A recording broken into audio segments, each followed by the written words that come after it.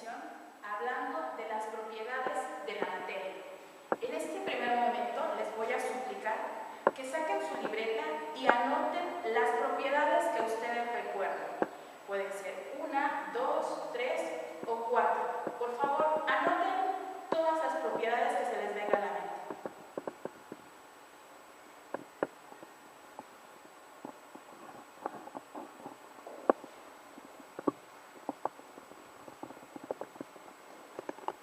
Las propiedades de la materia, como ustedes recordarán, son masa, volumen, temperatura y densidad. En esta primera sesión vamos a abordar única y exclusivamente a la masa.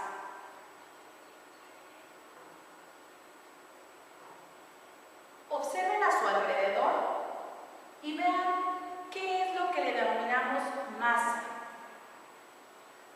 Denominamos materia a todo aquello que podemos percibir con nuestros sentidos, es decir, todo lo que podemos ver, oler, tocar, oír o saborear, eso es materia.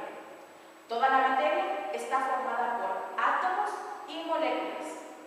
Un cuerpo es una porción de materia, delimitada por unas fronteras definidas como es el lápiz o la goma de borrar.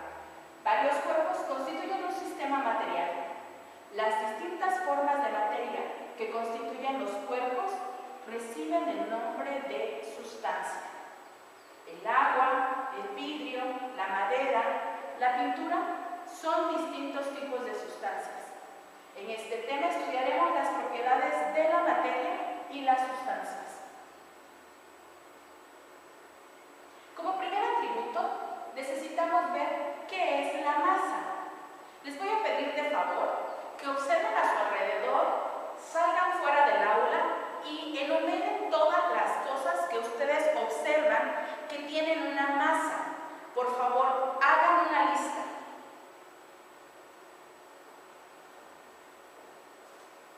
La masa es una propiedad general de la materia, es decir, cualquier cosa constituida por materia debe tener masa. Además, es la propiedad de la materia que nos permite determinar la cantidad de materia que posee un cuerpo. La mesa tiene más masa que la silla. Ese es un ejemplo en el que podemos observar dentro de nuestro entorno. El lápiz contiene menos materia que la libreta y por tanto tiene menos masa. Aunque no es lo mismo el peso y la masa, son proporcionales, de forma que al medir uno se puede conocer la otra. Y de hecho, en el lenguaje corriente, ambos conceptos se confunden. Esto lo podemos observar, jóvenes, cuando vamos a comprar algún tipo de artículo. Y nosotros generalmente confundimos el peso con la masa. Cuando vamos a comprar, un ejemplo, el mandado, y vamos a comprar fruta, generalmente pedimos las cantidades por peso y no por masa. Cabe destacar que ambos conceptos se interrelacionan y a la vez nos confunden.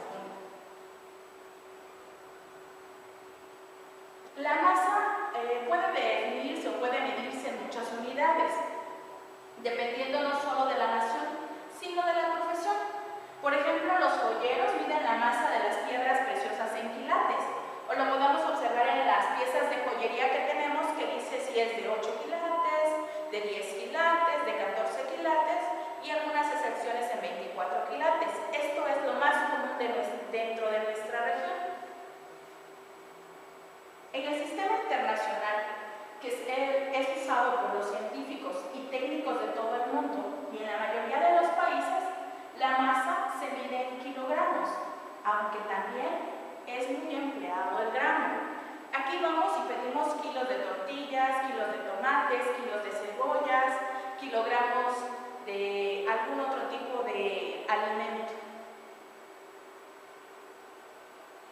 Ahora vamos a ver cuál es la diferencia entre la masa y el peso. Cuando yo les pregunto cuánto pesan ustedes, ¿qué factores creen que intervienen? Pregúntense por favor, ¿quién tiene que intervenir para que yo pueda decir cuál es mi peso? Les pido que cada uno de ustedes anote cuál es su peso. Por favor, anótenlo.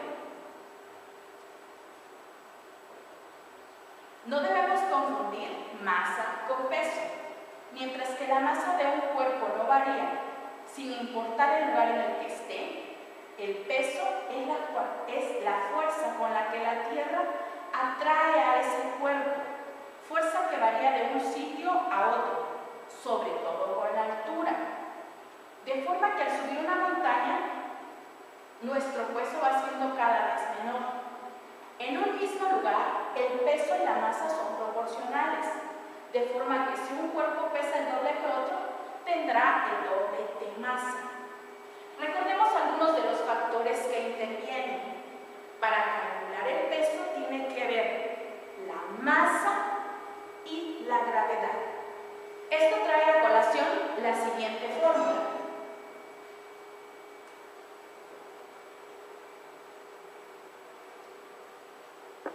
Para calcular el peso de cada uno de ustedes, se utiliza la siguiente fórmula.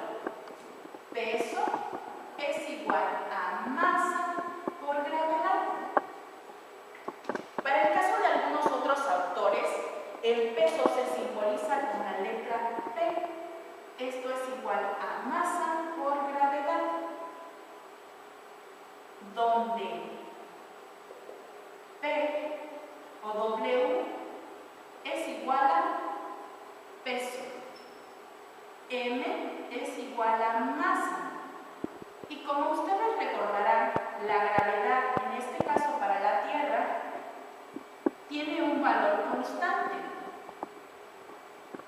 que este equivale a 9.8 metros sobre segundos al cuadrado.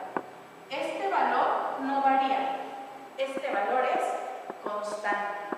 Por lo tanto, la cantidad que ustedes acaban de anotar en sus libretas es la masa y me la están dando en kilogramos. El peso no se mide en kilogramos, el peso se mide en newtons. ¿Por qué? Al sustituir en esta fórmula, por ejemplo, si yo peso, vamos a poner un ejemplo de 10 kilogramos, vamos a calcular mi peso.